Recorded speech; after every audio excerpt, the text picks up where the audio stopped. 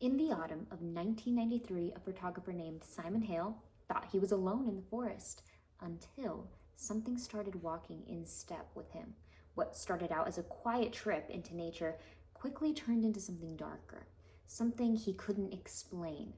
Though he didn't go looking for anything, something had found him. If you like scary stories, welcome. You've made it to the right place. We're so happy to have you. Please make sure you subscribe to the channel to follow along on this crazy, wild journey that we're going to be going on. And it would help me out a bunch if you give this video a like and you turn on that notification bell. That just lets my bosses up at YouTube know that, we've got a good thing going here.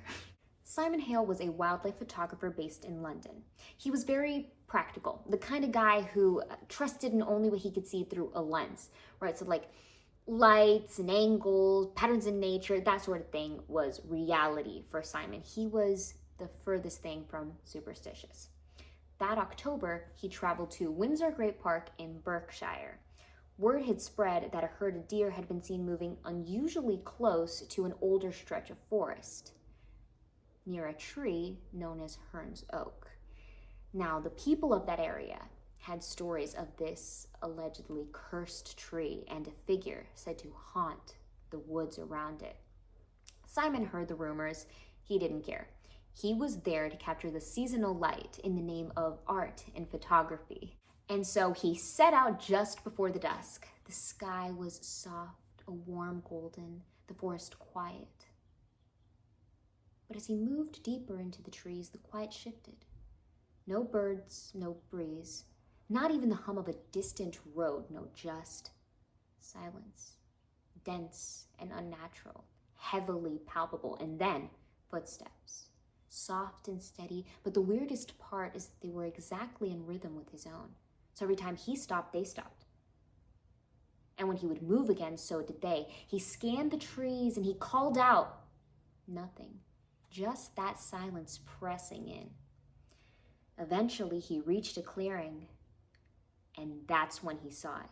A figure. It was tall and broad, just beyond the trees, completely still. It wore a long, torn cloak, and mounted on its head were antlers. Simon, being the natural-born photographer he was, instinctively reached for that camera and snapped a shot of the figure. It didn't move. It had no reaction whatsoever. Then, without making a sound, without shifting weight, just made one fluid pivot and faced Simon directly.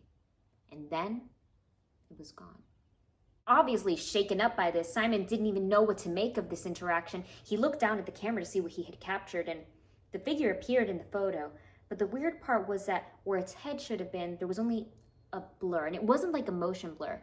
It was like the camera didn't even know how to register what it had seen. Simon decided it was time to go, only to realize that he couldn't find his trail. Everything started to blend together and look the same, yet at the same time very distinctive, as if these weren't the exact same trees he had passed on the way to this spot. He went into a panic. He turned to his GPS, only for that to throw up a signal error at him, and the sun seemed to have started to vanish way faster than it should have. Then came the sound. Perhaps it was dogs? He wasn't quite sure. At first, it sounded like distant howling. Then it got louder, sounded like barking. Whatever it was getting closer, fast. Simon started running. Branches clawed at him. The forest suddenly felt tighter, like it was intentionally closing in on him to trap him there. And behind him, hooves. Not light, skittish deer hooves. No, it was something heavier. It was thudding, following. And at one point, it sounded like he could hear breath behind him. And close.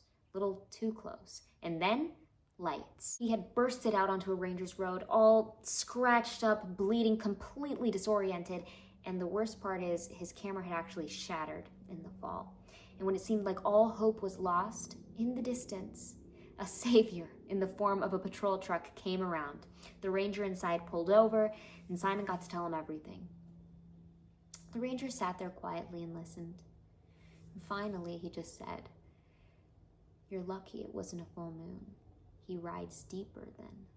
In the end, Simon never published the photo. As a matter of fact, this may be the saddest part of this story, but he walked away from photography forever within a year. and he moved away to a quiet little village in Scotland, and he certainly never spoke of Windsor Forest ever again. So I guess that whole crazy trip was all for nothing.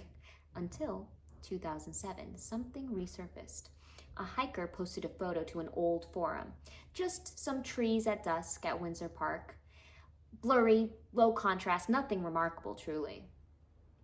Until you look at it closely. Because just behind the trees, in the distance, there's a figure, almost lost in shadow. And on the outline of its head, looks like something's branching. Perhaps antlers. Herne the Hunter has been a part of English folklore for centuries. Some say he's the spirit of the forest. Others say he was cursed to roam it forever. Whatever Simon saw that evening, it followed him out. So, if you ever find yourself roaming the forest at Windsor Park at dusk, and something starts matching your footsteps, don't stop. And whatever you do, don't turn around.